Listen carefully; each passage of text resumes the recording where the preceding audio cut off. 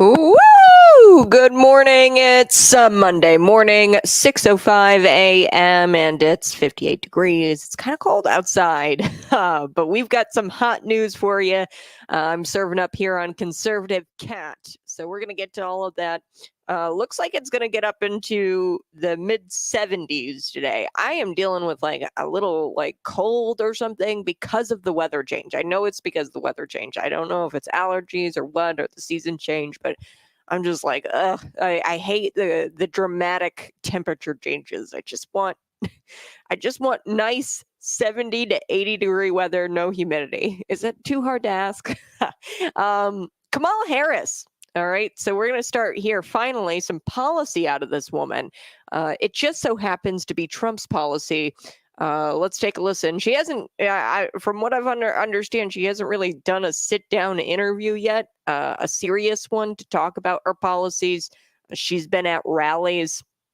There's, on social media circulating online AI photos, doctored photos of these crowds at her rallies. But let's take a listen. She finally spoke about policy at one of these rallies where no people show up or attend. Let's take a listen. And eliminate taxes on tips for service and hospitality workers. Wait a second. Excuse me, ma'am. That's Trump's policy. She's straight up copying his campaign promises. Like, come up with your own, lady. Oh gosh, we've got so much to get to. I want to talk about this New York officer. He pulls the pants down. Yes, pulls the pants down of a repeat offender. This guy is a thug. He's a repeat offending thug, and he punched this female officer in the face. So in response, a fellow officer comes over, arrests him, and pulls down his pants in a very humiliating fashion. I loved it. It was great. And we're going to share that video on the stream. I'm going to describe it for you. But this happened in New York. So lawless New York. It shouldn't shock anybody that this happened. But we're going to chat about it. And then Minnesota Democrats, CNN went out, they sent out their journalismer, and he asked questions of Minnesota's residents. And a lot of Democrats are blasting Tim AWOLZ, as I like to call him, but he's a weirdo. He's a BLM activist, BLM rioter. He didn't send the National Guard. We know this to Minneapolis when it was burning down to the ground. He's a panderer. He's trying to pander to you, the Midwesterner, to get you to vote for him. And we all know just because you put on a camouflage hat and your name or you coach a football team, it doesn't make you a Midwesterner. Gavin Newsom, he wants you to believe he's doing something about the homeless problem that he's created. Now he's playing, or he's going around picking up trash at these homeless encampments, and he's acting like he's all upset that there's homeless encampments and he's wanting to clean it up. Dude, you created the problem. All of a sudden you're like upset about the homeless encampments. We're going to get to that. Progressives in New York City, like I said, they've got this foolish idea that not holding people accountable for their crimes actually decreases crime, rather than it encourages recidivism. They think that, if we don't hold these criminals accountable, crime's going to go down. Subsequently, the same offenders who keep getting arrested and released and aren't held accountable for their crimes, there's just this continual cycle happening that creates more victims in New York City and in New York and in Illinois, because we've got no cash bail. And we just, with the Safety Act, we just let them out. We let them out. We don't hold them accountable. One New York City cop, he's fed up. He's sick of it. So this is what winds up happening. The New York City cop gets fed up with this career criminal guy who just keeps getting let out of prison. This career criminal winds up punching a fellow female officer in the face, sucker punched. And this cop goes up to the guy, pulls down this wannabe thug's pants, and I love it. It's a form of public shaming. It's hilarious. I'm going to play the video so you guys can see it online. If you want to go to my YouTube channel, that's Conservative Cat Show, type it in your search bar. But we also are on Rumble as well, so you can find it on Rumble. But this is public shaming, and I'm all for it. Look at that. How embarrassing. He gets a couple of punches in too, this fellow cop of his. Now, the cop is black. The offender is black, but you could imagine how this headline would go if the cop was white. But according to the New York Post, a repeat offender on probation allegedly punched a New York officer so hard that she fell to the ground. Okay, so she's bleeding. She fell to the ground. This female officer and this guy who's a repeat offender and on probation punched her. And the other cops then rushed the suspect, the violent suspect, on the sidewalk, and it was all caught on tape. It was a caught on camera arrest. Ernst Delma is his name. He's 41 years old. He slugged this female officer in the face when she was trying to break up an argument between him and a group of kids. Okay, this is at 7 o'clock at night.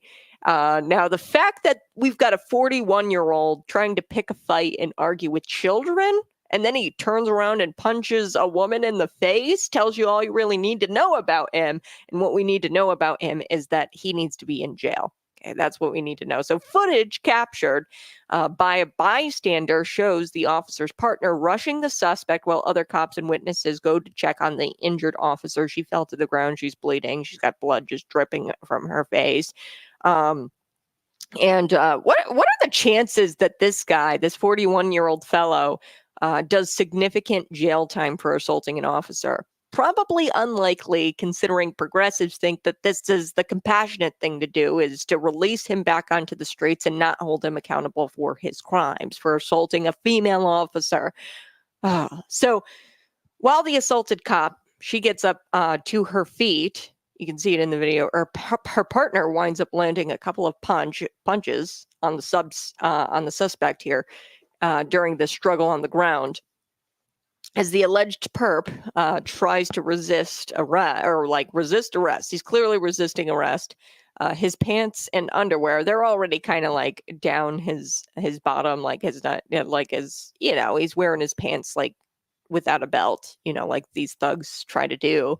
But all of it comes down, pants, underwear, all of it, embarrassingly, it just falls down, and the cop kind of like pulls them down in the video, and then he's ultimately handcuffed naked, his naked behind showing as spectators watch this wild scene. Now, other than the fact that I would probably be totally disgusted, I don't do well with definitely blood, naked behinds. No, I if I watch this, I'd be grossed out. But I don't see anything wrong with it. We should, yes, publicly shame this guy, pull down his pants. He is scum. So this guy, the 41-year-old criminal, who's on probation, by the way, he had numerous arrests.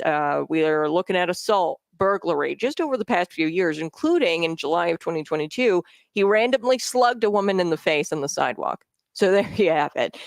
Crazy thing is that these progressives are going to try to pretend that they're on the side of women's rights. That's what really bothers me. This is a female officer. She's punched so hard she falls to the ground, and there's just blood dripping from her face. But they're not going to think twice about releasing this fellow again and letting him out onto the streets again.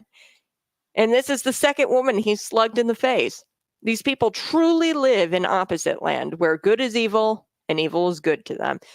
Physically assaulting an officer, it used to be considered one of the worst offense, a very serious offense, but no longer is that the status quo in lawless New York City. We know that that's not considered even probably a crime anymore. You probably get a Medal of Honor from your local politician there in New York. They'll be like, oh yeah, you stood up against the patriarchy, you stood up against the man. Subsequently, we can expect more of this, and we could probably expect this guy to be back out onto the streets because, progressives say that that's compassion or something. But like I said, it's not his first time randomly just assaulting a woman, and it's not going to be the last. We know that this guy is going to get out, and we know that he's going to assault another woman. And if progressives really cared about women, they would get this guy, lock him up, and throw away the key. They really cared, but they don't. So Democrats, they want to paint Kamala Harris as a moderate. Okay, so if they wanted to do that, this is where I don't understand. If you guys really wanted to sell Kamala Harris as a moderate, why pick one of the most radical governors in America? I think that this guy is more radical than J.B. Pritzker. Like I've said multiple times, this guy made it to where kids can travel across the country from different states. So say Texas outlaws gender affirming care, so-called the gender affirming care. Texas says, hey, you know what, minors, we're not going to chop off their genitals because they feel a certain way.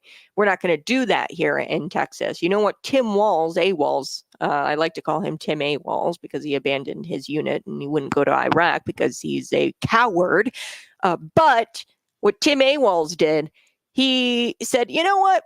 We're going to make it a sanctuary state here in Minnesota. We're going to make it to where kids, if they want to chop off their genitals, if the Texas child who's 12 years old wants to travel across state lines and get their abortion or their gender affirming care for free here in Minnesota, then we're going to do it. We're for free, the taxpayer, via the taxpayer.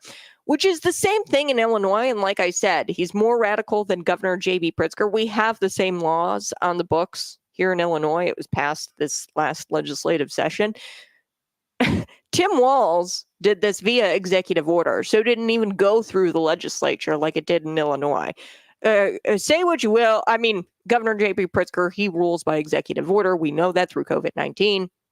And he's no stranger to the executive order when he doesn't get his way in the state legislature. But at least when it comes to the gender affirming care and the abortions from other states and the taxpayers paying for it, that actually went through the Illinois legislature. In Minnesota, Governor AWOLZ, he just signed an executive order, which is pretty radical, if you ask me. More radical than Governor J.B. Pritzker in that sense. So and to me, if you want to paint Kamala Harris as some sort of moderate, why would you pick one of the most radical governors in America, especially one who helped fuel the 2020 BLM riots? Especially because Minnesotans, they recall, this was only 4 years ago, folks. The people who live in Minnesota have not forgotten the fear that they experienced when he let that city burn down to the ground. So we're going to come back. I got to take a quick break, but we're going to come back and we're going to talk about Tim AWOLZ because Minnesota residents they remember CNN, CNN's reporter here, journalismer. He went out and he asked a lot of people in Minnesota if they were satisfied with their governor, and turns out they started to talk about the fear they experienced when Minneapolis burned down to the ground. I'll be right back. This is Conservative Cat. Find me on YouTube.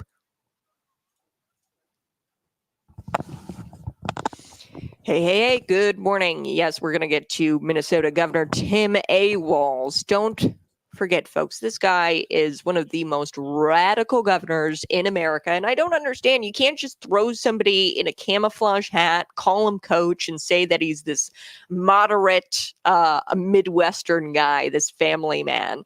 You can't do that.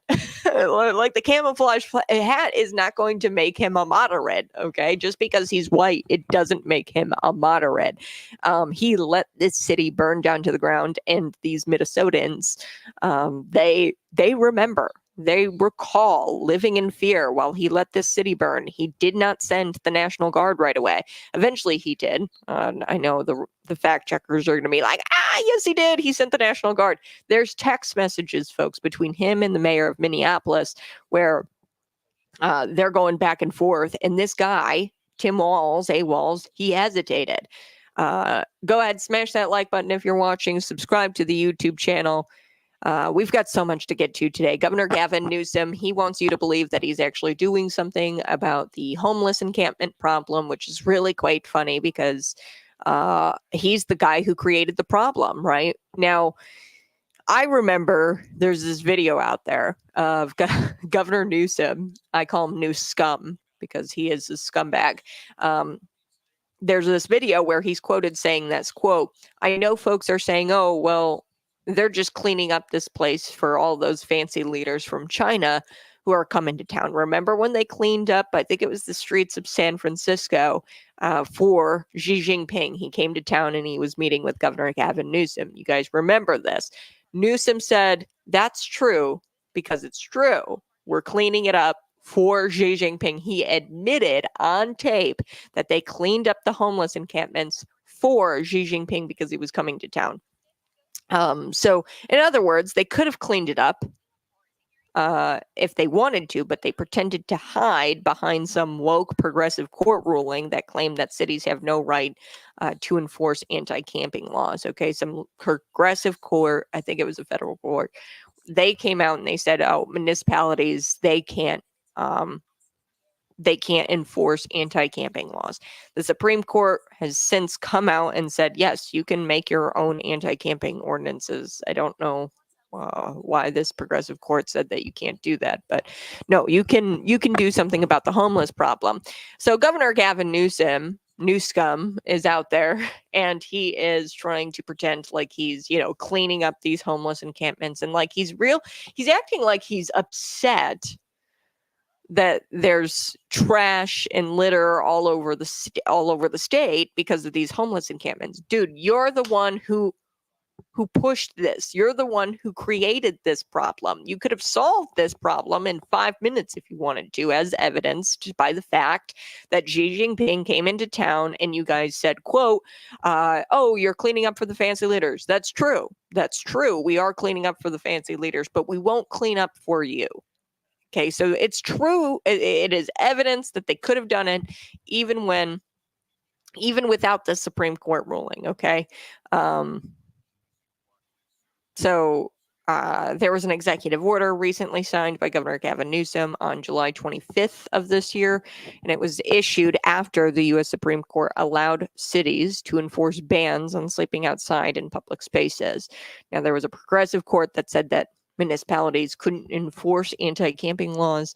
The Supreme Court has since, like I said, allowed these cities to enforce these bans about sleeping outside and in public spaces. So we're going to get to Governor Gavin Newsom, but there's so much more I can tell you about really quick. This video is brought to you by none other than Patriot Pump. I've got the bottle right here. I'd love for you guys to go grab yourself a bottle. There's a cross here. This is a Christian conservative company, Patriot Pump. Patriot Pump is a pre-workout. This is the fruit punch flavor. And what it has all these supplements in there to keep your focus, to keep your energy up, and it's good for you. Okay, so this is made in the USA, and there's no harmful dyes. And there's some caffeine in there. And what I really like is the black pepper extract. That's what keeps me focused all day. So like I said, you guys can go to patriotpumpenergy.com, order yours, use the promo code FBPump for a deep discount. You can get a deep discount on this stuff. Now, full disclosure, this is not cheap. This is, I think it's like $45 or something like that.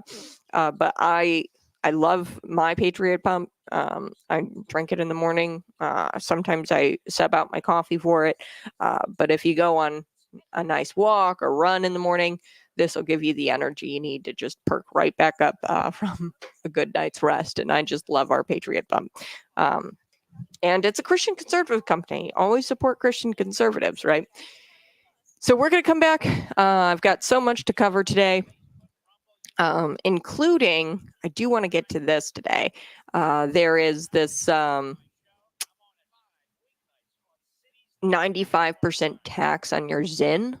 Kamala Harris's sidekick, Tim AWOLZ, speaking about Tim AWOLZ, wants to tax your Zyn packets. The Democrats want to they want to do away with Zyn.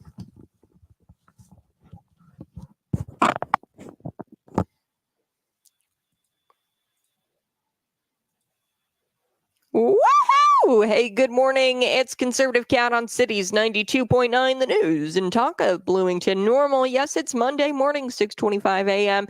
It's kind of cool out this morning. 58 degrees is what I saw for the low today. And then it's going to get up to like 76.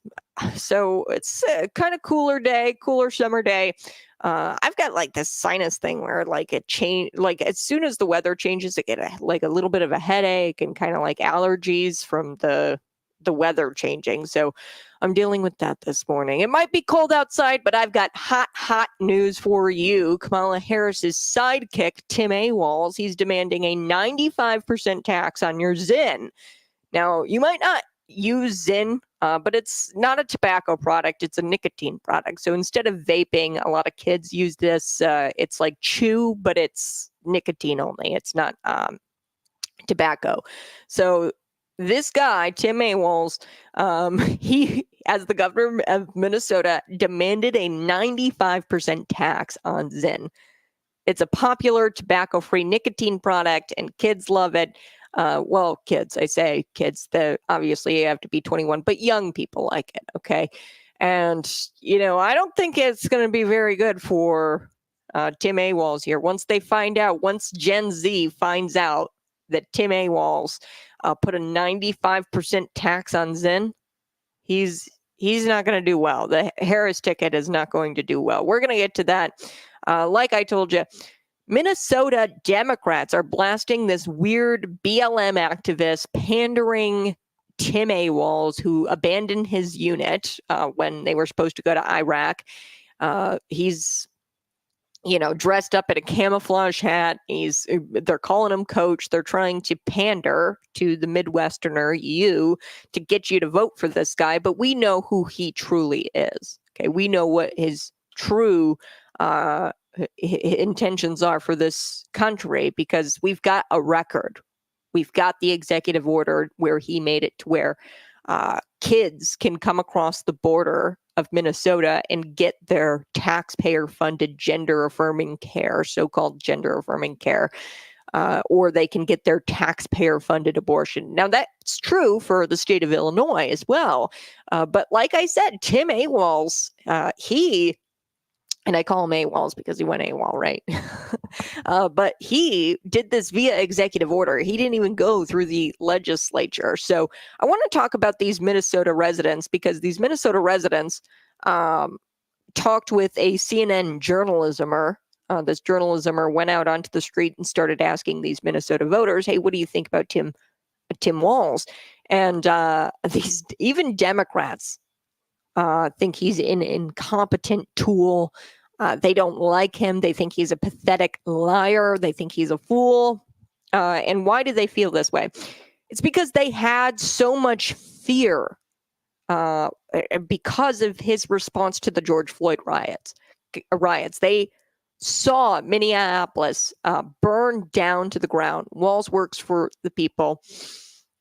And the fact that they had to live in fear because he failed to do the most basic part of his job, which was to just send the National Guard into Minneapolis before it burned down to the ground.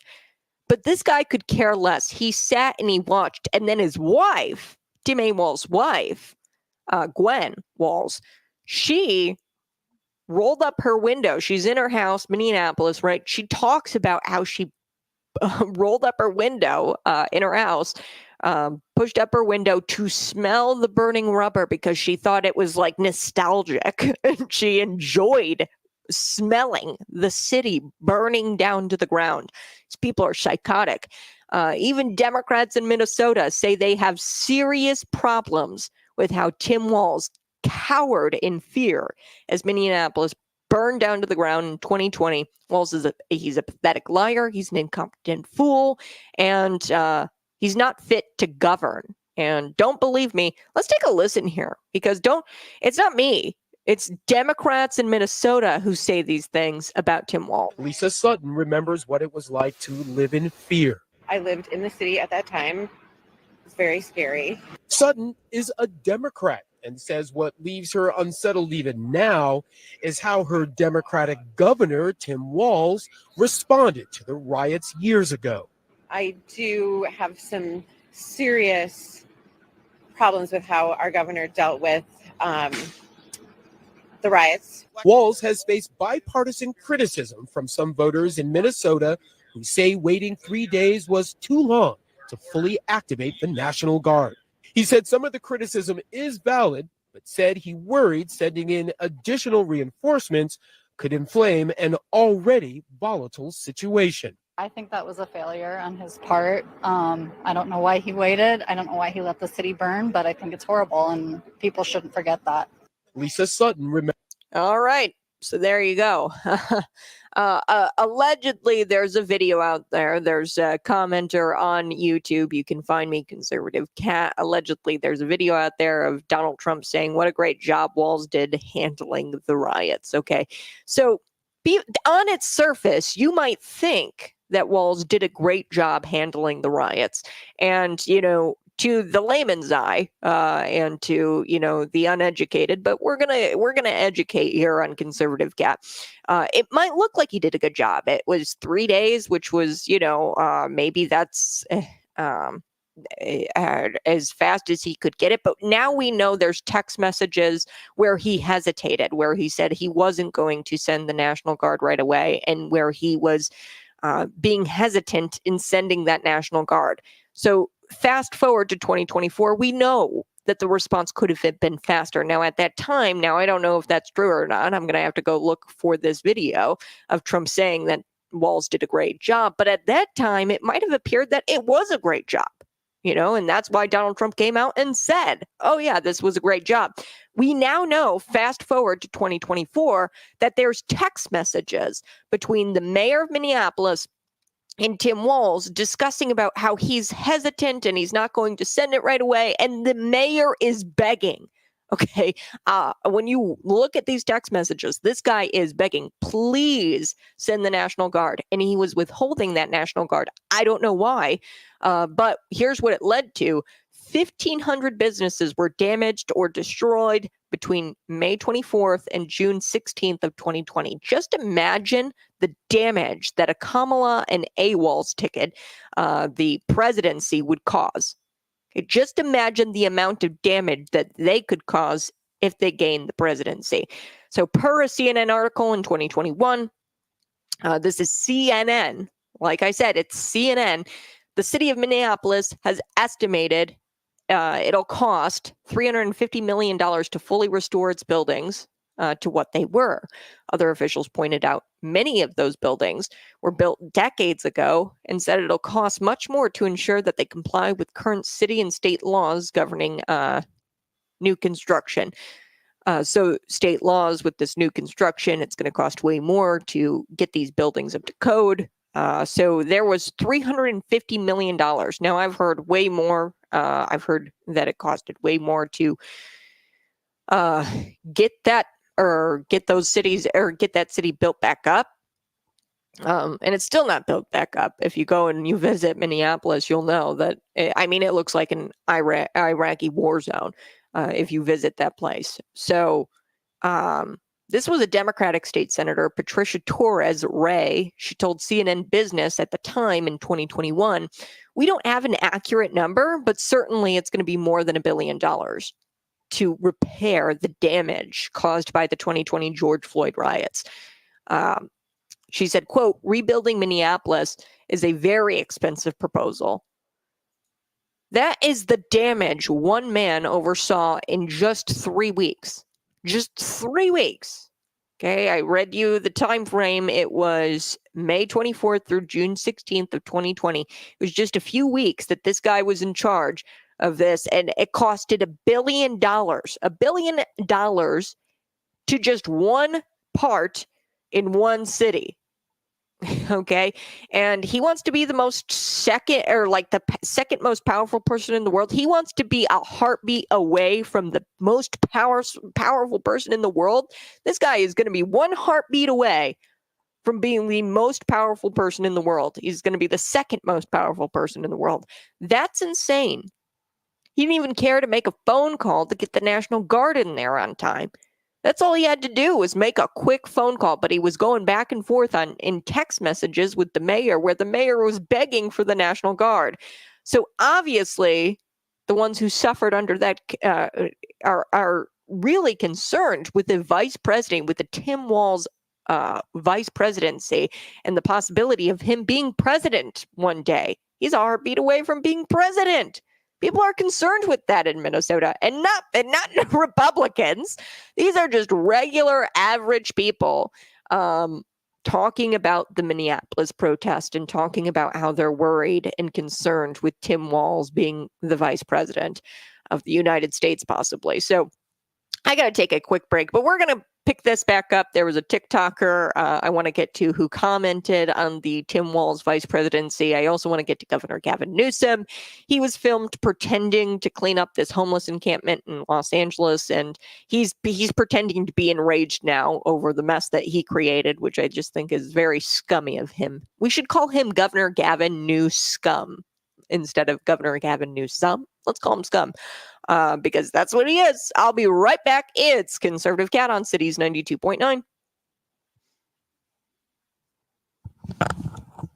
Hey, good morning. I so do appreciate it. Like I said, Mark, if there's a video out there, I'm going to look for it here in a minute. But at that time, maybe it wasn't so crazy to say that Tim Walz was doing a good job, because we didn't have all the facts that we do now in 2024, where we have the text messages where he clearly withheld that National Guard for whatever reason. At that time, we didn't have the interview with Glenn Wells, his wife, describing how she enjoyed smelling the rubber outside of her house, the burning rubber, right? We didn't have that clip. So Walz is hugely popular in Minnesota. Well, not according to that video. And like I said, that was a CNN clip. It was a CNN journalismer who got out there. His name is Jason Carroll, and he interviewed voters. And CNN is saying that Minnesotans don't like Tim Walz. Hugely popular with Minnesota. Are you sure? Are you sure about that? So I'm going to chat a little bit more about Tim Walz here, and as it pertains to Zinn. So he's going to lose the frat boy vote. The boys are not going to be voting for him. So stolen valor is a bad thing. I think we can all agree that that's pretty troubling, and not to mention he's got crazy views against free speech. That's also troublesome. Not to mention he's got crazy views when it comes to abortion. You can get an abortion in Minnesota for up to 9 months. He made that via executive order. Again, he rules by executive order. It didn't pass the state legislature, where, you can get an abortion for any reason up until 9 months. Because of that executive order that he signed, we have the statistics since signing that executive order allowing abortion up to 9 months. Late-term abortion, so I'm talking 22 weeks and after, late-term abortion has doubled in that state. So whatever happened to safe, legal, and rare, not in Tim Walz's state of Minnesota. So there's also an unverified story out there floating around on the internet concerning a horse ejaculating into the mouth of Tim Walz. I'm not going to push that. It's unverified, like I said, but apparently that's something that happened, according to some. I'm not going to say that happened, but there is an unverified story out there on the internet concerning a horse has ejaculated into Tim Walz's mouth. I'm not pushing that story out there. Completely unverified. But you might see memes and you're like, what is this about? That's what it's about. There's an unverified story out there about Tim Walz allowing a horse to complete himself in his mouth. Yes, that is out there. I'm just bringing you the news of the day. I'm the messenger, okay? But all of this is bad. This looks really bad for Tim Walz. His popularity is tanking because stories about his policies, and people remember about the 2020 riots, okay? So his popularity is tanking no matter how many times you put him out there in the camouflage hat and call him coach. That's not going to and the pandering isn't going to work with the American people. But this story with the Zinn, the 95% tax on Zinn, that's going to really activate people against Tim Walz, and specifically young men, boys, right? The boys, college frat boys.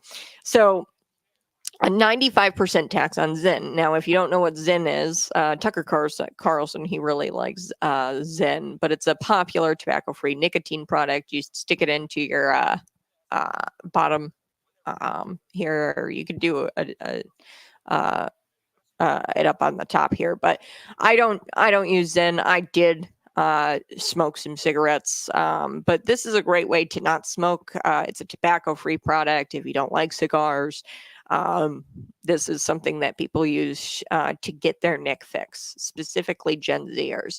Okay, so like I said, I'm not going to pretend like I know the whole Zyn thing and understand the rage surrounding Zyn. Everybody likes Zyn because I'm kind of old. You know, I am a Gen Zer, but if I'm gonna do nicotine, I'm gonna smoke a cigarette, or if I'm gonna do you know, tobacco. Or I was a big cigar person. I liked the Black and Milds, but I'm not going to pretend like I understand the whole Zyn rage. But I do know this. I know that a lot of people, a lot of young people, really, really like Zyn. And when you put a 95% tax on something, people are going to be upset about that. Okay. I know Zyn is a pouch you chew on to get your nick fix without having to smoke cigarettes or look like a complete idiot vaping, right? A lot of people think that you look stupid when you vape like that. But you can get your nick fix and you don't have to smell like a cigarette, right? And I'm cool with that. If you don't smell like cigarettes and you're getting your nick fix, then all the more power to you, man. Tim AWOLZ wants to do away with that. So we're going to chat about that and how that's going to be very damaging to the Harris-Walz ticket. But I'm back next.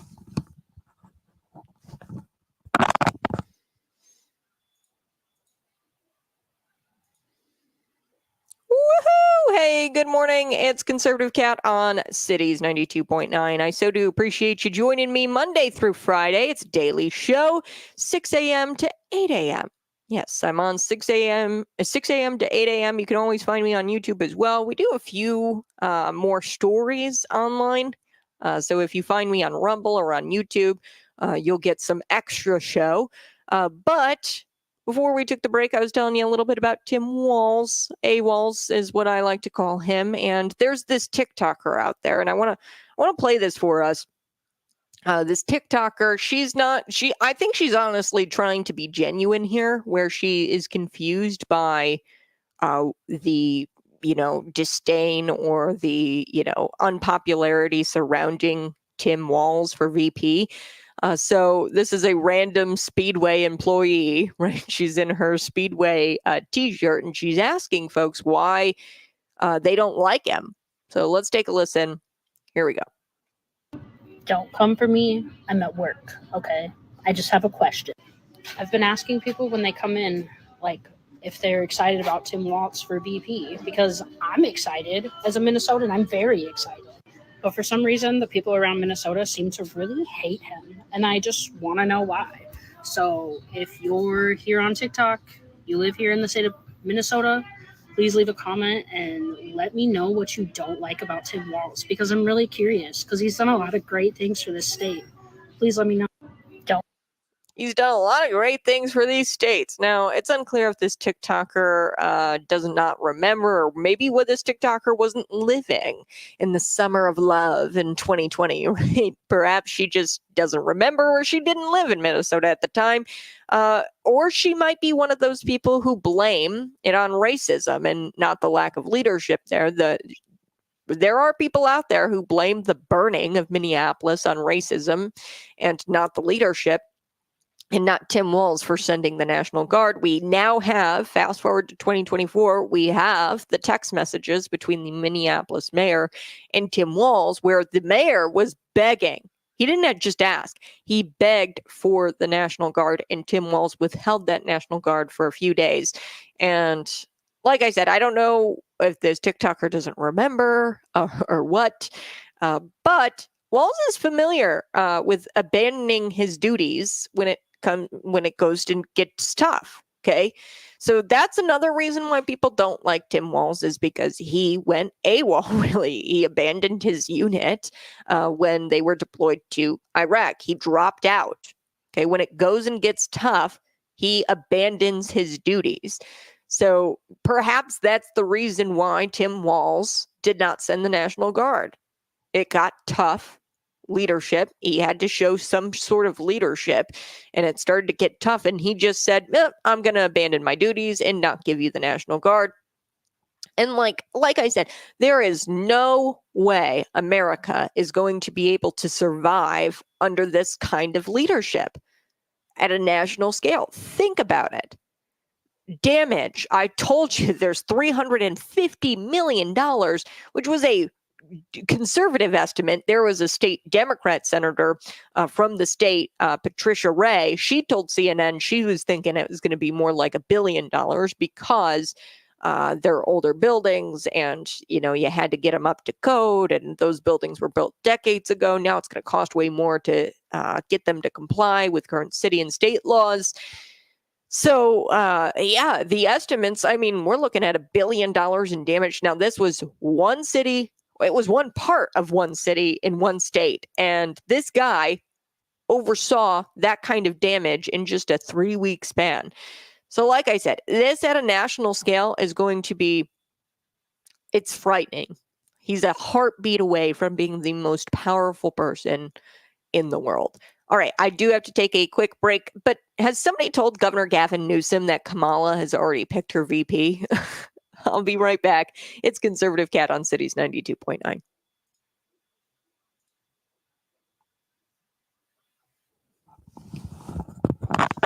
Can't punish his voter base. Yeah.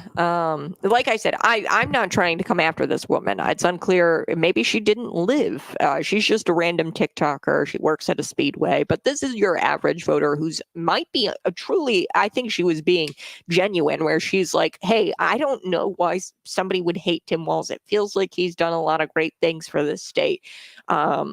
And maybe she's living a good life and she thinks Tim Walz is the reason behind that in Minnesota. But the facts are the facts. This guy oversaw in just a 3-week span $1 billion in damage, 1,500 businesses destroyed, decimated during the Summer of Love, the mostly peaceful protests, the George Floyd riots in 2020. And at the time, people said that Tim Walz did an amazing job. Apparently, there's a video of Trump saying that Walz did an amazing job. I don't doubt that. At the time, maybe people thought it was so chaotic and so destructive, and everybody was so afraid. Even after 3 days, of the National Guard not being there, just getting the National Guard there on that 3rd day was probably like, thank you. Of course, they were probably like, oh, thank you, Tim Walz. We're so appreciative that you sent out the National Guard. We're dying over here, right? So it's like the situation where, you've got the captor and the captive, right? And think of somebody who's captured in prison, and you deprive this person of water for several weeks, or you're torturing this individual for several weeks. Now, the captor tends to become, it's like Stockholm syndrome. The captor, if you give that person water after several weeks, you're very appreciative of that captor, even though the reason why you're in this mess in the first place is because of that captor, right? and that torturer, that person who's torturing you. So it's like Stockholm syndrome a lot of the time for these people who live in Democrat states.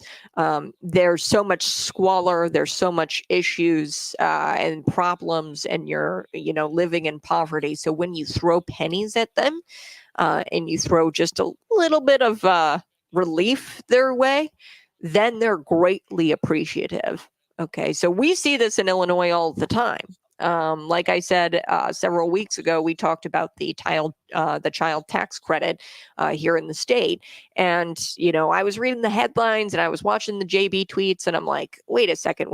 He says that this is going to lift a lot of children out of poverty. Let's crunch the numbers on that. Turns out it's $300 a year for residents if they apply for this child tax credit maximum. Okay. Most likely, a lot of people are only going to get about $120. If you have 3 children and you make a certain amount of money, then you get $300 for that year back. And it's not like free money. Okay. It's money that's given back to you in the form of a tax credit. But anyway, it's pennies. Okay. That's 20 cents a day for your kid. I mean, it's literal pennies that they're throwing back at you and they're touting as, oh, look what we did for you. It's classic captor versus captive relationship here where there's this stock syndrome happening where you think that these people might be. Now she works at Speedway.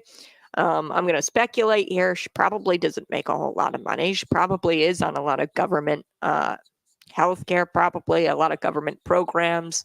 I'm just going off of the, average wage here for a Speedway employee is probably, not very much. And she might be on some sort of government assistance, which isn't her fault. You should be able to live on a Speedway salary. Really, if you think about it, you should be able to. It's the taxation that's so high where you can't live on something like that. But this woman here, she might actually be in this Stockholm type situation where she gets pennies from the government and she thinks that the government is, so great because she has all these assistance programs. And she realizes without these assistance programs, I'd be nothing. You'd be correct. But the reason why you'd be nothing is because they tax you so hard for these government programs because they want you to rely on them. They need you to keep them in business. The private sector is needed to prop up the public sector. That's what it's truly about.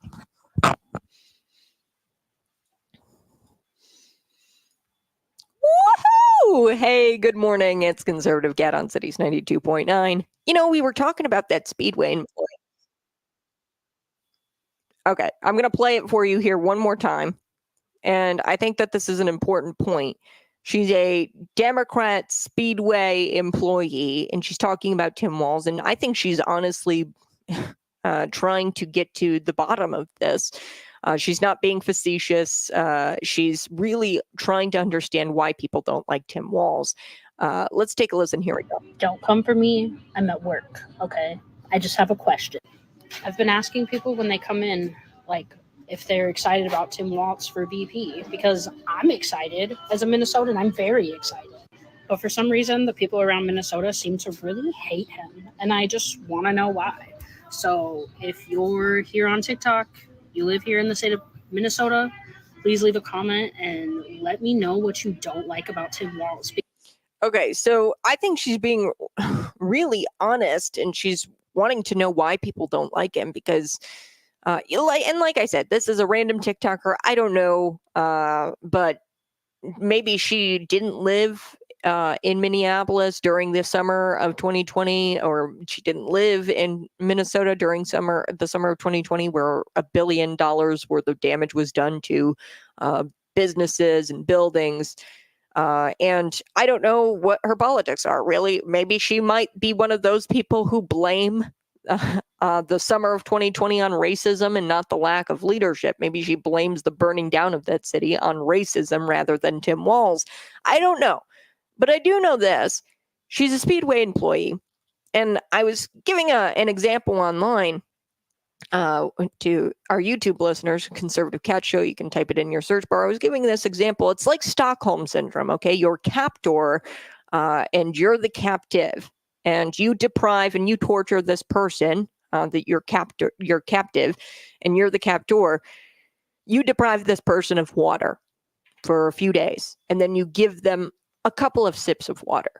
they're going to start to say, oh, I am just so grateful for you. I can't believe that you would actually give me a sip of water. Although you wouldn't be in that position in the first place had it not been for your captor to capture you and torture you. You wouldn't be in that position. But because he gives you a little bit of water at the end of the week of your torture, you're like, oh, this guy is so great. Right? Perhaps that's why she thinks Tim Walz is so great. She's living on a Speedway salary. I mean, she's right there in her, she looks like she's at work. She's got a Speedway t-shirt on.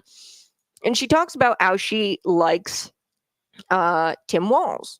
And like I said a few weeks ago about the child tax credit here in Illinois, this is a perfect example of the public sector needing you, the private sector, to prop them up to continue their existence, because the public sector would not exist without them stealing from those in the private sector. So the child tax credit was maybe $300 maximum a year back. So it's not free money. It's money isn't free. It's just you're getting that money back to you in the form of a tax credit, and you get about $300 or so at the end of the year when tax season comes along. And you break that down. It's not lifting anybody out of poverty. When you break down the numbers, it's equivalent to 20 cents a day. And these people are, the people who are qualified for that tax credit are impoverished because you can only get it if you only have, or if you're in a certain income bracket. So what it is, it's throwing pennies to the plebs, to those who vote for you and continue to vote for you, because without that government assistance, you wouldn't be able to make it. But the reason why you're not able to make it is because the public sector has their thumb on you. That's the reason why you can't make it as a Speedway employee, is because they overtax you for government programs that you need. So they have these government programs only exist so that way they exist. If they just stop taxing you, then you'd have enough money to live. So she's probably all for Tim Walz because she might be on some government assistance. And she's like, oh, he's done great things for the state of Minnesota because, I through the government, I get this check every week, or through the government, I get free health care. And that's all because of Tim Walz. But you wouldn't need that government assistance if they weren't the ones taxing you. You'd have enough money to pay for your own health care. You'd have enough money to pay for your groceries, to pay for your kids. You wouldn't need a child tax credit if you just stopped taxing people into oblivion. All right, I do have to take a quick break. You're listening to Conservative Cat. We'll be back talking about Governor Gavin Newsom. Somebody's got to tell him that she's already picked her VP. He doesn't have to pretend to care about the homeless problem in Los Angeles. I'll be right back.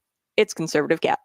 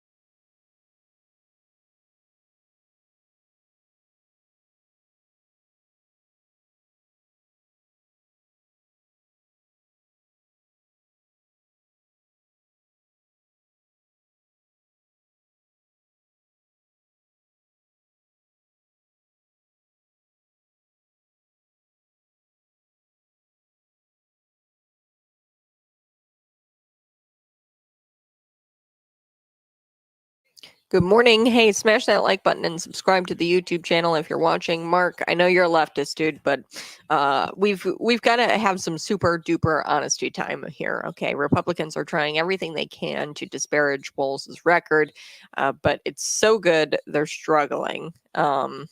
So good? What do you mean? Now, I just as I said, I read to you, Mark. I said it was $1 billion. And now this was from a Democrat senator. A Democrat state senator said, "quote We don't have an accurate number, but it's certainly more than $1 billion in damage from the 2020 riots." Now, I don't know about you, but in the private sector, if you were to cause $1 billion or lose $1 billion from the company in just a matter of a few weeks, then you would be considered fired. You'd be terminated within days if you lost $1 billion for the company that you work for, right? In the private sector. So by CNN's metric and by Democrats' metric, this is an utter failure. His policies that led to the 2020 riots, or his decisions surrounding the 2020 riots, led to $1 billion in losses.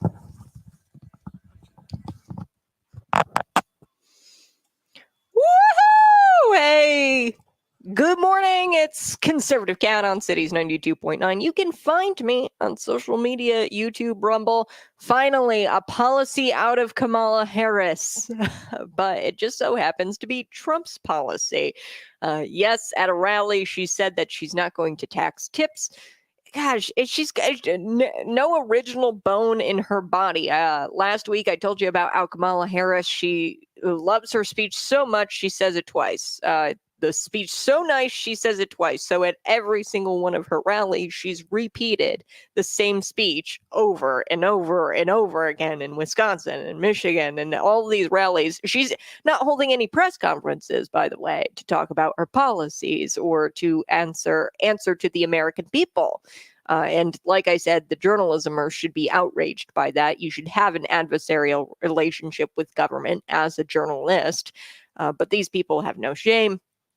They don't care about the American people, the people in the media, mainstream, that is, anyway. And they're not asking questions of Kamala Harris because, frankly, they don't care about you. And that's something that we've lost about journalism in that industry. You should have an adversarial relationship with government if you're a journalist, and you should be asking the tough questions about Kamala Harris's policies. It turns out she does have policy. It just so happens to be Trump's policy. She is not going to tax tips, which it's like, it bothers me so bad because she's the sitting vice president. If she didn't want to tax tips, she's been in the presidency for 4 years now, or she's been with Joe Biden. We know that Joe Biden isn't in control of anything. She could talk to the puppets, the puppeteers, and she could talk to the puppeteers and get them to pull back the taxes on tips right now if she wanted to. So to say that you're not going to tax tips, it's kind of disingenuous because you could do it right now. You're in power. If you don't want to tax tips, then do it now. Do it. She won't. And it's so obvious that she's not planning on doing that because she hasn't done it. If she wanted to do it, then she'd do it. All right. I do want to talk about this comment really quick. You've got, you can text me 309-451-9299. That's the text line. Or you can comment on the YouTube channel and I'll read them on air. People are not buying this anymore. Republicans are doing anything they can to disparage AWOLZ's record, but it's so good. The record is so good. They're struggling. So obviously this is a leftist. I just read for you $1 billion in damage to this city, one part of one city in Minneapolis. A Democrat state senator, a Democrat, says, quote, "We don't have an accurate number, but certainly the damage is more than $1 billion. Okay, it's a very expensive proposal to rebuild Minneapolis. Okay, so if you were in the private sector and you lost the company $1 billion, you'd be fired. Objectively, that's a bad job. That's a job done poorly. Okay, if you lose $1 billion. So per the CNN article, this is the conservative estimate, $350 million is what it's going to take to restore the city. This was an article back in 2021. restore the city of Minneapolis. Other officials pointed out that the buildings there, they were built decades ago, and it's going to cost way more to ensure that they comply with current state laws on new construction and city codes. So, like I said, if anybody in the private sector in a span of 3 weeks lost a company $1 billion, objectively, that's not even, that's not even opinion. Objectively, that's a job done poorly. So you can't say that his record is good. I just told you via out of the Democrats' mouth that he did a bad job. Okay, with the 2020 Summer of Love, mostly peaceful protest. Okay, I got to get to Governor Gavin Newsom here. So Governor Gavin Newsom, he's out there. He was filmed pretending to clean up this homeless encampment in Los Angeles. So he's pretending also now to be enraged by the mess that he's created. Governor Gavin Newsom. Really, this guy's kind of scummy. He's acting enraged about how disgusting his state is. There's nothing more cringe than somebody who victimizes themselves because of the mess they put themselves in. Okay, so he's trying to make it seem like he's the victim in this situation where he's really upset about the homeless encampments and the litter in his city or in his state. And he's in his city, Los Angeles. He's acting like, so he put on a pair of jeans and a black t-shirt and a hat, and he got out there. He traded his suit and tie for this casual attire. And on the stream, you can see him cleaning up some trash. He's throwing things around. He looks like he's all upset. But like I said, California Governor Gavin Newsom traded his suit and tie for a pair of jeans and t-shirts, and he's acting like he's cleaning out these homeless encampments that has plagued his state for years. Okay, now there's this new phenomenon among Democrats where they start campaigning against their own doing. You know, Kamala Harris, she's campaigning, like I said, on not taxing tips, but she's the one who's in charge. So if she really wanted to change it, she'd change it. Okay, so Democrats, they're doing this thing where they're campaigning against their own doing, which is exactly why all of a sudden he's fed up with these cities he's campaigning, and he's acting like he's fed up with the crackheads and the mentally ill who run amok in the streets of Los Angeles because he's campaigning. Okay, they run as conservatives, they run as Republicans because a majority of America understands that crackheads and the mentally ill running amok in the streets and setting up homeless encampments is a bad thing.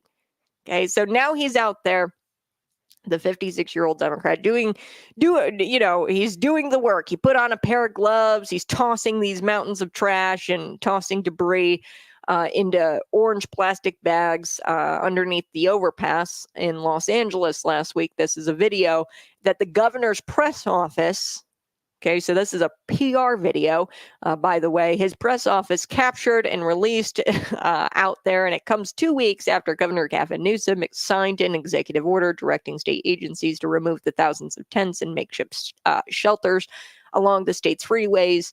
The shelters are in parking lots. They're in the city parks. They're everywhere. So the Los Angeles County Board of Supervisors has recently announced that they will not enforce anti-encampment order, the anti-encampment order that Governor Gavin Newsom signed, as they pretend that this means they must arrest people for being unhoused. Okay, so they're saying like you can't arrest homeless people for just simply being homeless. That's what the Progressive County Board of Los Angeles is saying, that they don't want to enforce Governor Gavin Newsom's order. That's disingenuous, by the way. The executive order, he could have done this years ago, okay, cleaning up the homeless encampments. I'll get to that here in a second. But Newsom is pretending that he, has had it with Los Angeles County Board not enforcing his anti-encampment order. And,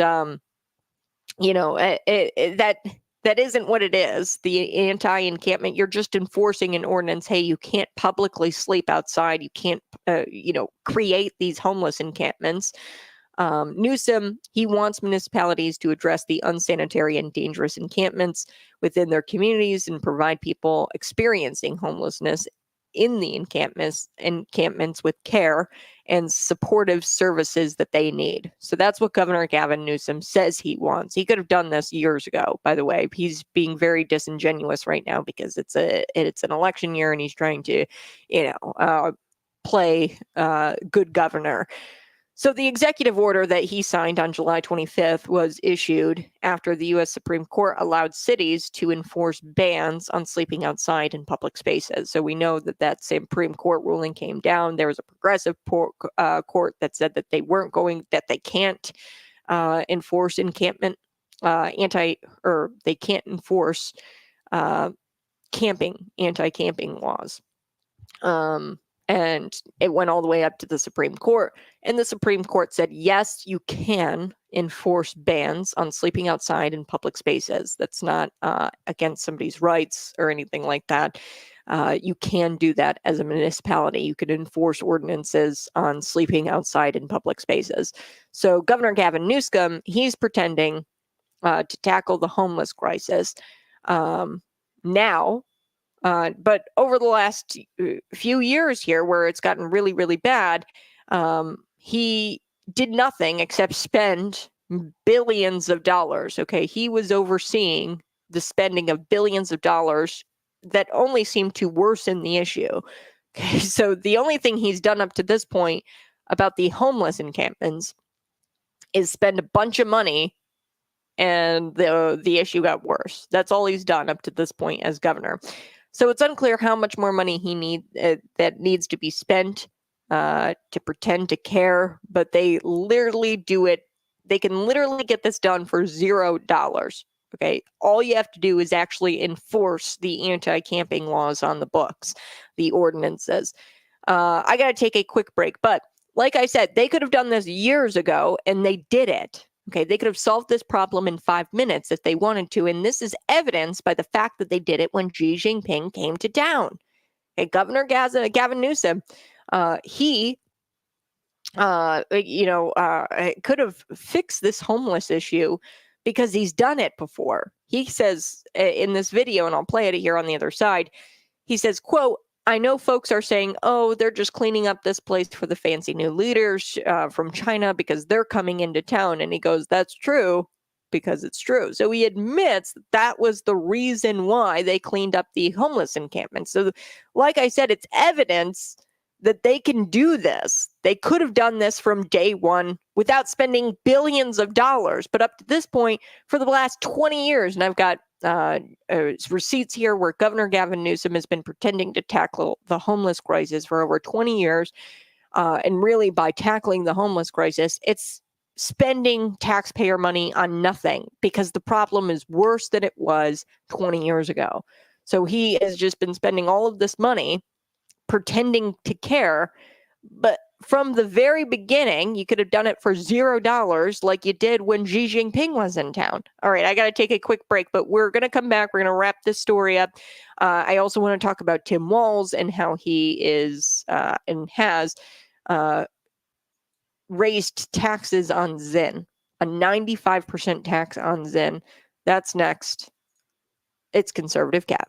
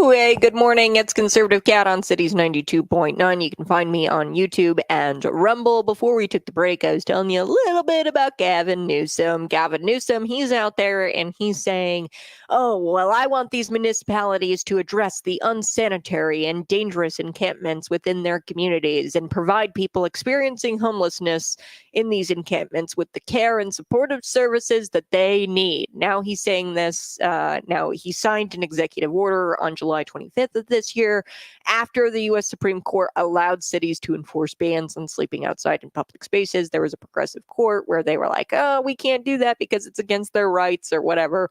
And the Supreme Court said, nope, you can. You can totally enforce the bans on sleeping outside in public spaces. You can do that. Now, Newsom, Governor Gavin Newsom, he, from all the way from like 2004, okay, I was just a baby back then, 4 years old. Since I was 4 years old, Governor Gavin Newsom has said homelessness is my top priority.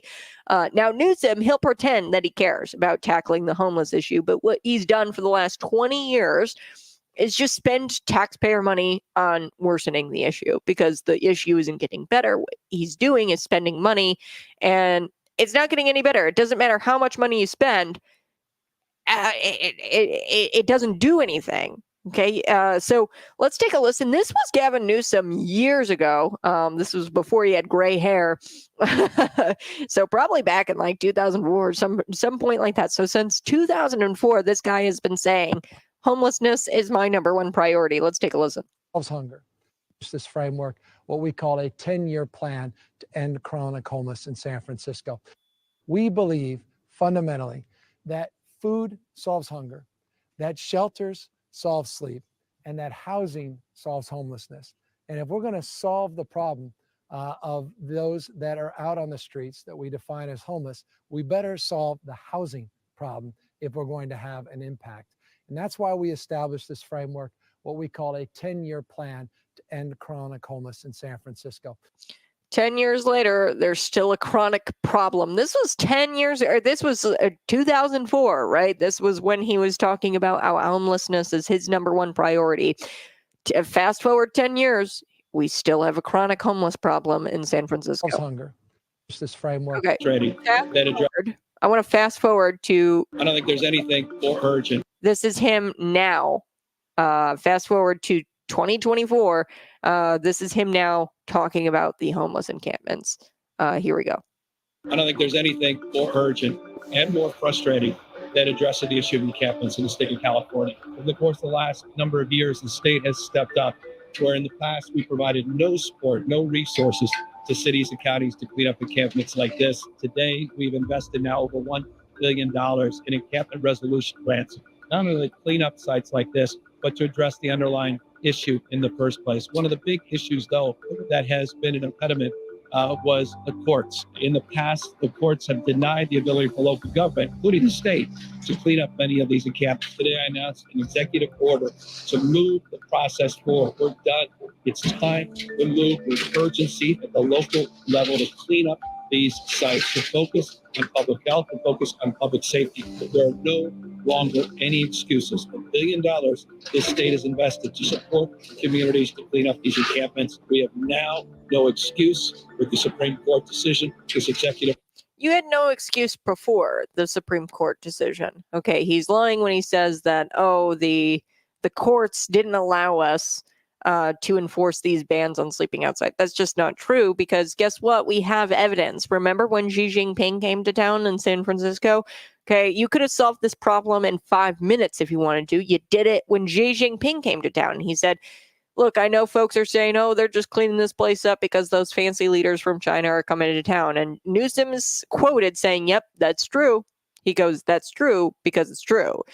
In other words, they could have cleaned it up if they wanted to. They pretended to hide behind some woke progressive court ruling that claimed cities had no rights to enforce camping laws, which just wasn't true. And they hid behind that ruling. And that's why they haven't gone after the homeless problem.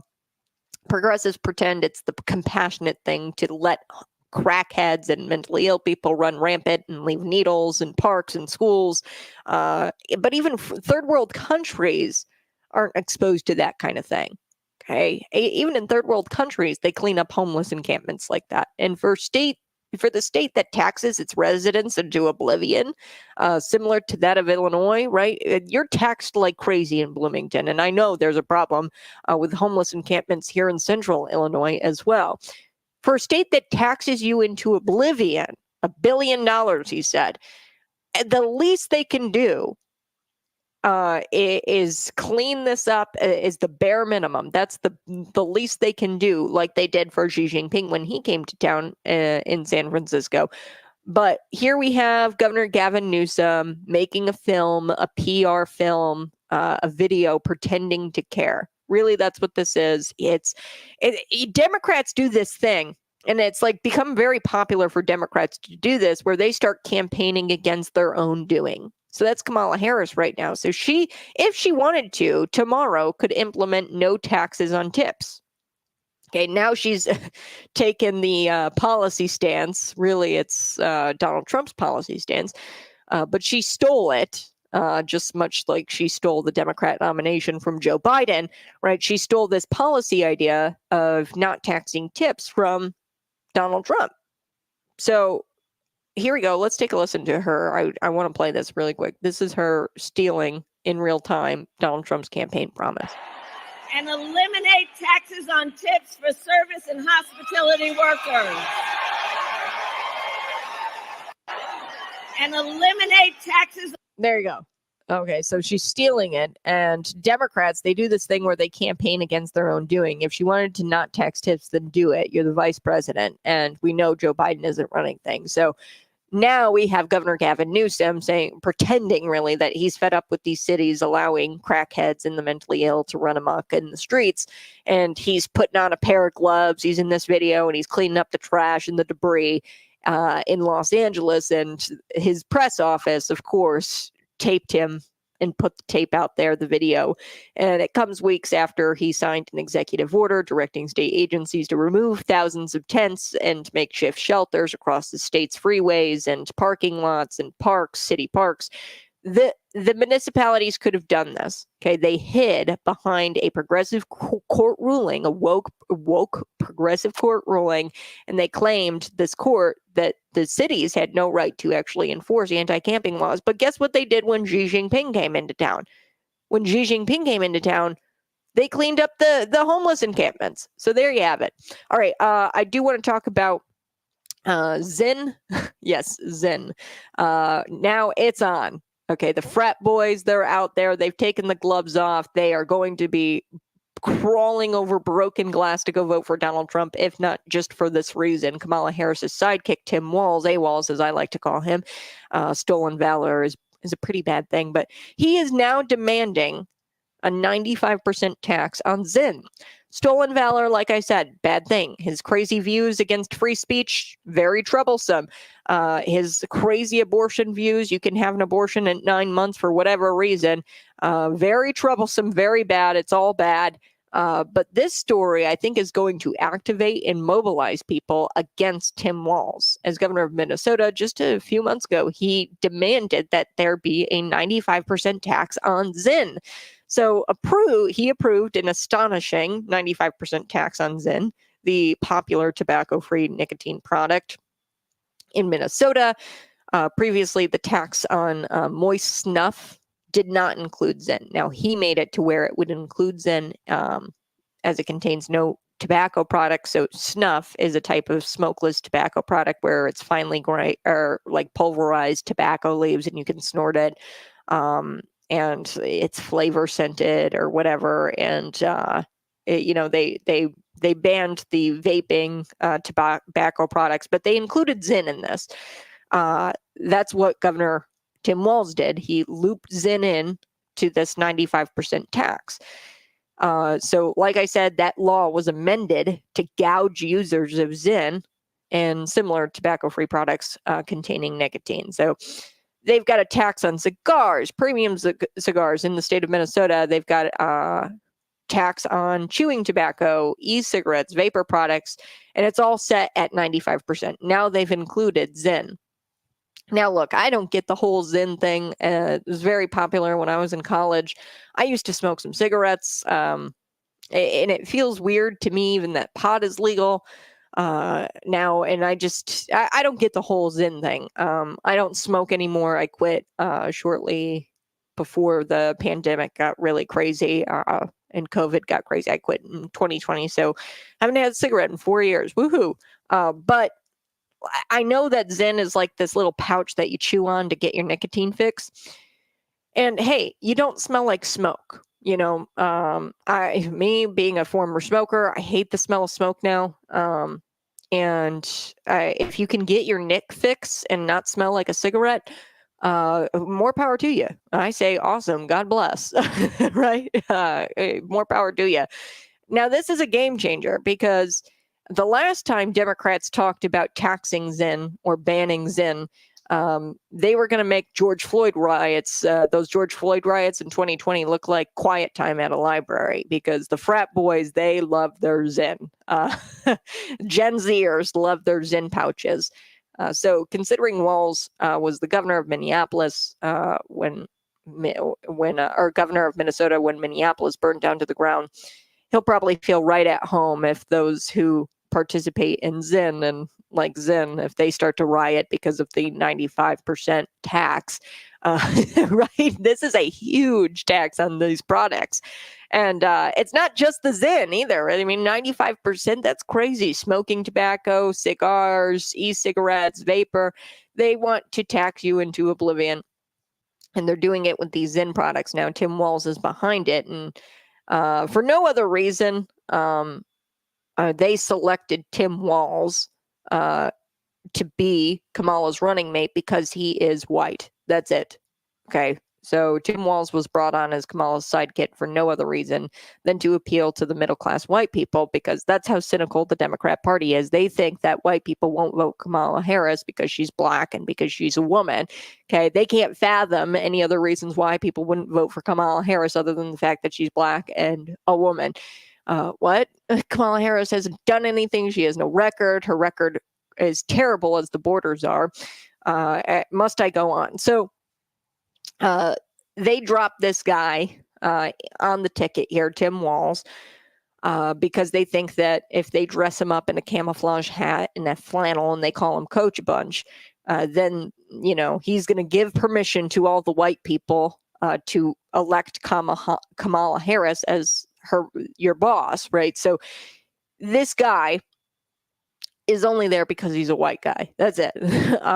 Funny thing is, the same middle class who you think so little of is, you know, they're not particularly fond on people lying about your military record. Okay, Tim? The middle class does not like the fact that you lied about your military record. That's typically frowned upon. They also don't like the fiery but mostly peaceful 2020 riots that you were in charge of. They don't see that as a positive thing. Unlike your wife, who specifically rolled up her window so she could smell the city burning. Most middle-class people don't like that sort of thing. They also think it's weird to demand that tampons be in men's bathrooms or boys' bathrooms, considering boys don't get periods. Okay, so that's the middle class. So if you want to appeal to the middle class, you're going to have to do a lot more than dressing Tim Walz up in a camouflage hat and a flannel. Like I said, everything is more expensive thanks to the Harris-Biden regime. And just wait until these young voters hear that the Harris team is paying influencers to pander to find out, Democrats are going to double the cost of their Zins. Okay, these young voters, they're going to be pretty upset that you've got all these TikTok influencers being paid $1,500 a pop for a 90-second video. That's what the Harris campaign is doing. They're paying TikTok influencers to talk smack about Donald Trump on TikTok. $1,500. I don't even know if that's legal, if you can do that, because you have to disclose that it's campaign, that you're campaigning. So paying these influencers, you have to disclose that it's campaign material paid for by the Kamala Harris campaign. And I don't even think that they're doing that. But just wait until these young voters find out that Team Harris, Tim Walz and Kamala Harris, they're going to double the cost of your Zins. Zin is not a sin. These young people are going to walk over broken glass, I'm telling you, to go vote for Donald Trump, if for nothing else, to save the Zen, the cost of Zen. I'll be right back. It's Conservative Cat.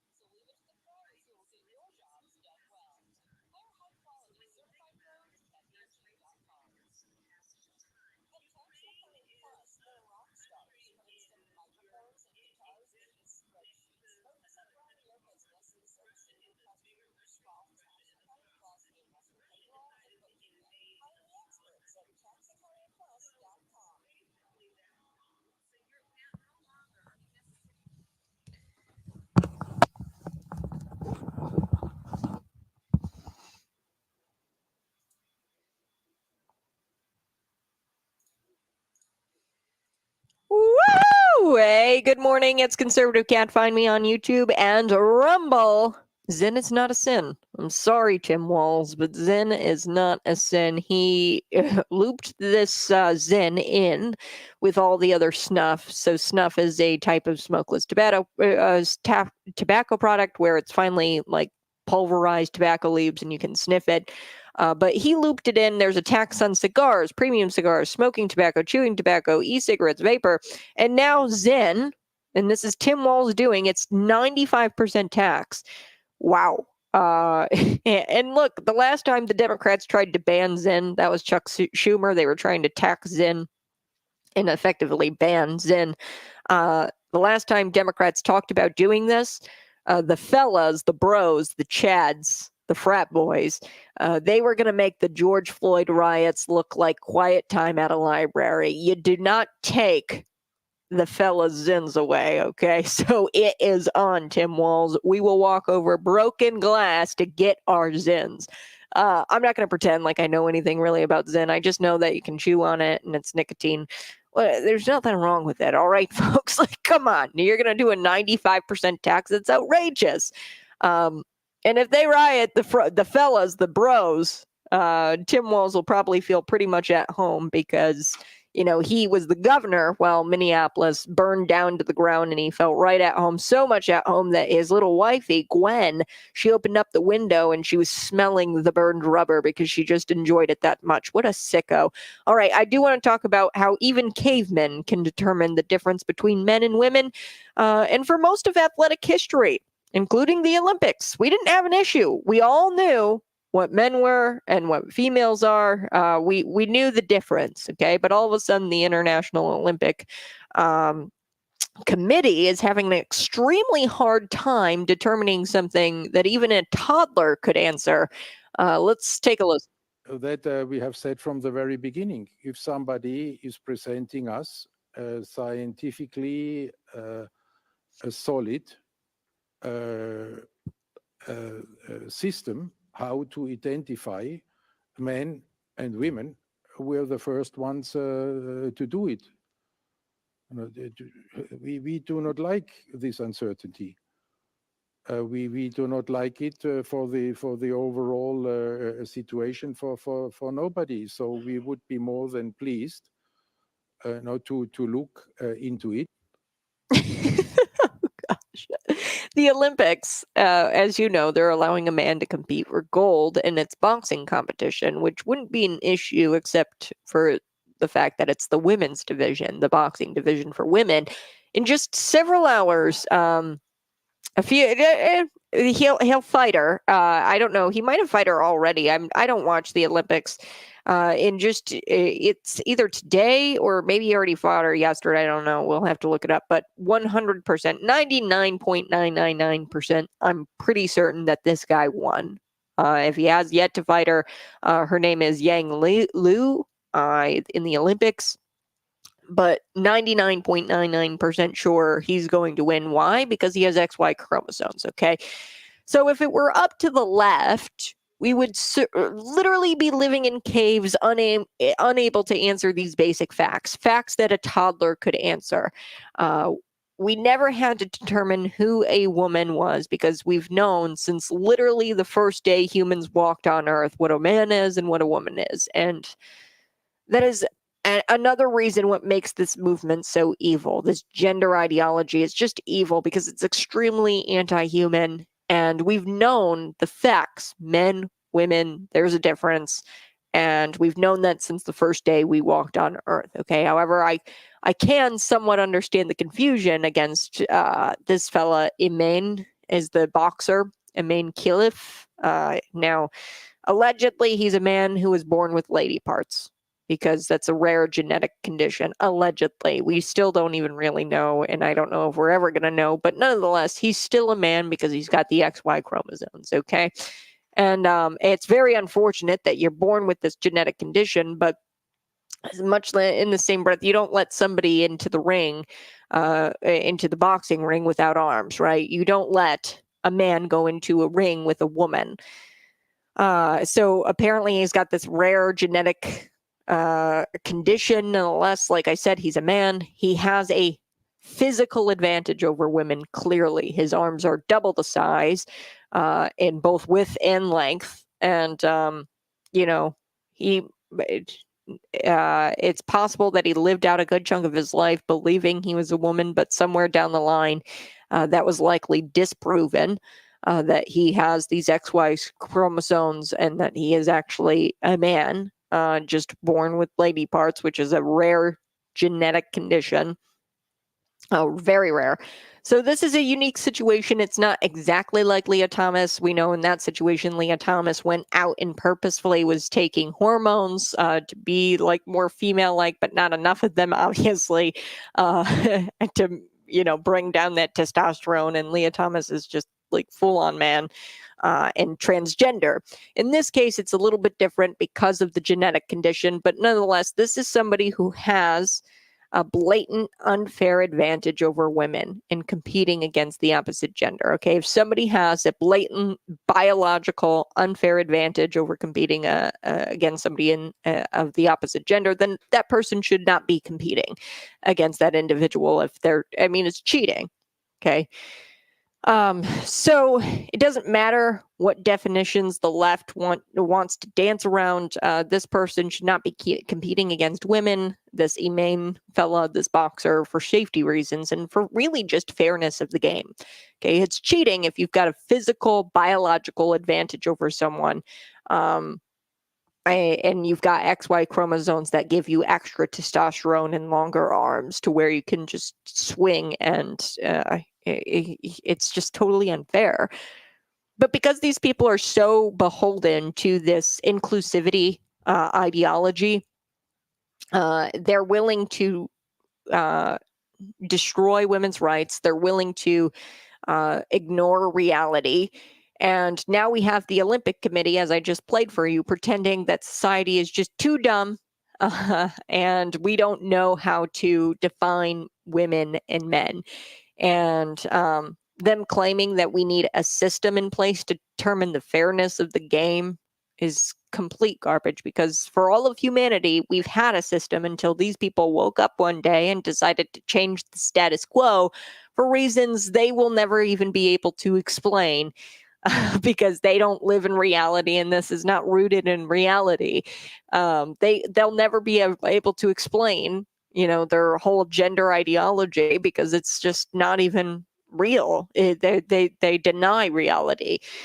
So, additionally, this isn't even an issue if this guy was actually a woman, and we know that. We know by looking at him that he is not biologically a woman.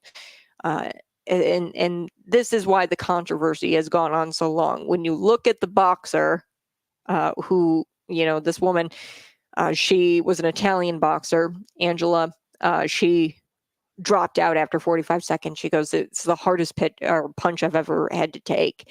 And she dropped out after 45 seconds in the Olympics. And, look, this committee is just so stupid, and they're too stupid to determine the differences between biological sexes. And if they are, then they have no business being in charge of the Olympics. Okay. So the fact that someone is this painfully and objectively stupid does not stop progressives from running things. And thus the Olympics will never be the same.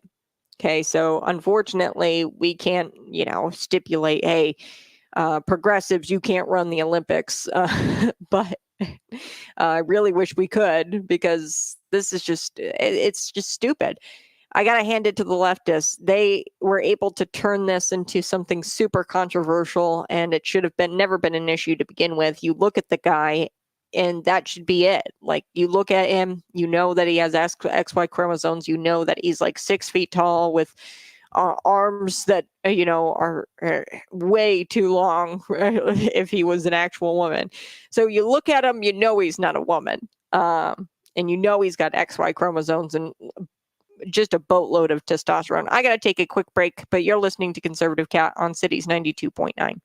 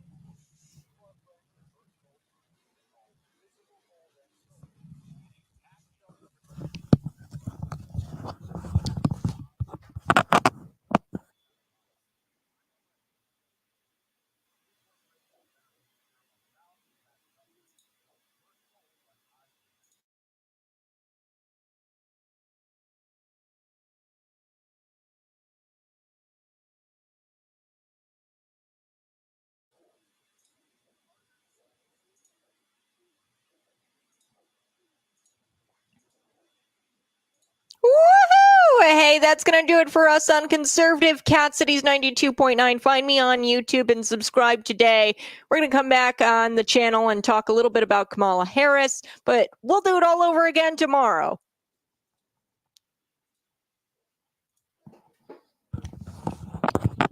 All right, folks, good morning. Hey, so do appreciate it. We're going to do a quick story about Kamala Harris and this no taxing on tips. I wanted to share this with you. I think it's kind of incredible. This is from her rally.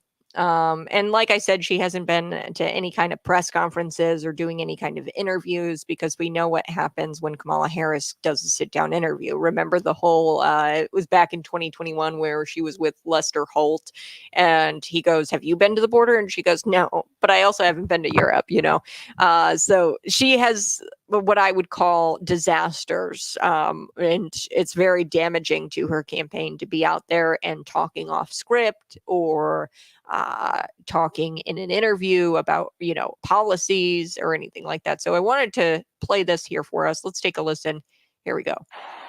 And eliminate taxes on tips for service and hospitality workers. So there you go. That was Trump's policy. We know that. And, my big thing is that, hey, if you want to eliminate taxes on tips, do it now. Do it now. Put your money where your mouth is and do it. Okay. You've been vice president. We know that Joe Biden isn't doing anything. Contact the puppeteers, contact the people who are running the show there, Kamala, and tell them that you want to remove taxation on tips. Do it, but she won't because she doesn't actually want that. And we know she doesn't actually want that. So what do you think? Kamala Harris removing taxes on tips. I mean, she might as well dye her hair blonde and color her face orange and call herself Donald Trump at this point. So you guys have a blessed day. Plagiarizing and cheating the Democrat way. Yes. She's stealing Donald Trump's policies like she has stolen the Democrat nomination. She's scamming people. Really, it's a scam. Kamala Harris. That's who she is. She's scamming people. And that's probably the most Indian thing about her. Right. No offense to Indians. I love the Indian people, but come on. The email phishing, the call centers, we all have been scammed by an Indian at least once. But like I said, yeah, plagiarizing, cheating, the Democrat way, and she's stealing Donald Trump's policies, and that's not okay. And if she was actually about not taxing tips, she'd do it by now, but she's not. And it's a Democrat phenomenon. They run as Republicans because they know that that's what works. They know that that's the majority of Americans. They have Republican ideals, conservative traditions, and they appreciate American culture. And Democrats, they've been doing this thing where they'll start campaigning against their own doing. And that's really what she's doing. It's your doing, the overtaxation, the taxation into oblivion. That's your doing by your increased spending on the Inflation Reduction Act, which she voted for, by the way. She broke the tie in the Senate and she voted for that, the Inflation Reduction Act, which didn't reduce inflation. It actually doubled after that vote. So, like I said, Democrats, they do this thing where they start campaigning against their own doing, and it just comes off as kind of idiotic and disingenuous. You guys have Kamala, yes, Kamala Harris. She is scamming the American people. I mean, the fact that she even has been installed as the Democrat nominee should tell you all you really need to know about her as a candidate. She's willing to scam people to get to the top. She's done it from day one as her time as in her time as a prosecutor, slept her way up to the top. Which, I was thinking about it, man, if she was the first female president, and I had to tell my daughter, yeah, this is, our first female president. I wanted to be, when I tell my daughter, about the first female president, I wanted to be genuine when I say that she worked for that position. You know what I mean? And the fact that she didn't even get any kind of votes to get that Democratic nomination, the fact that the Democrat Party has these things called super delegates, so it really doesn't even matter as long as you get a small group of people to agree on the candidate. Bernie Sanders, they got his election was stolen from him via the super delegates. So as long as she's got enough super delegates, then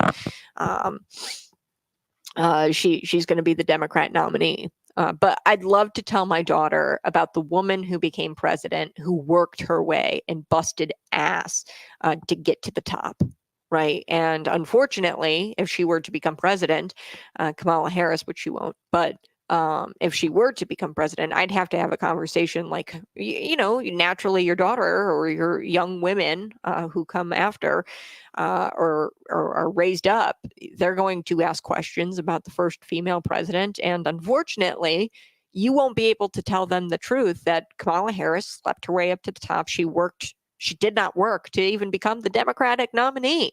And that's really sad. That's really sad.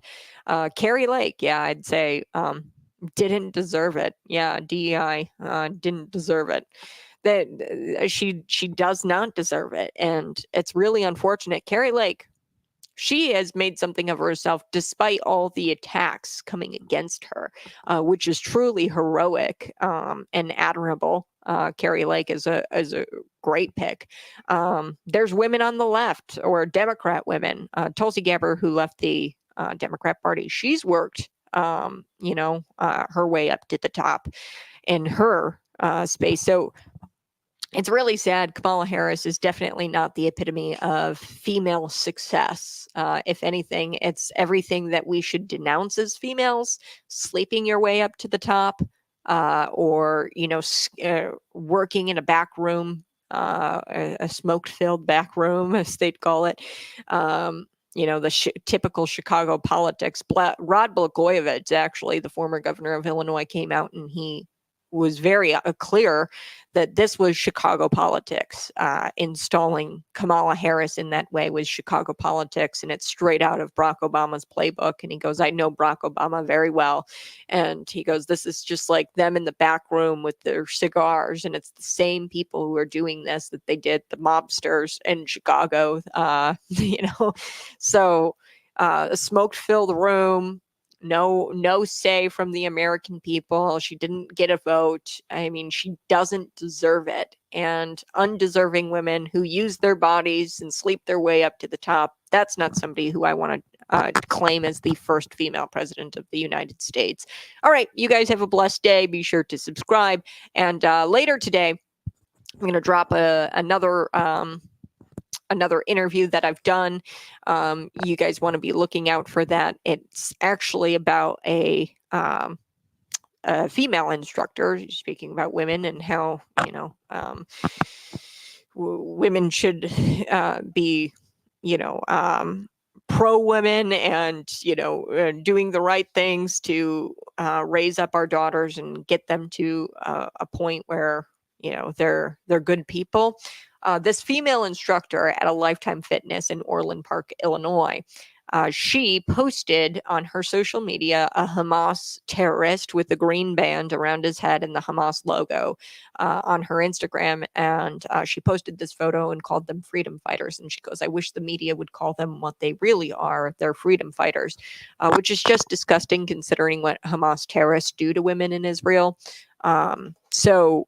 Yeah, I interviewed somebody from a Jewish organization called Stop Anti-Semitism. It's a national organization. She was Jewish herself, and she spoke about how sickening it is to call Hamas terrorists freedom fighters. But on top of that, she's a female instructor, and does she care about women? So that YouTube, the entire interview is already banked in the archives. So you can find that interview, that exclusive interview. And then a little bit later today, I'm going to drop the part where I talk with her about that specific Lifetime instructor. So you guys have a blessed day. Like this video and subscribe. I'll talk to you.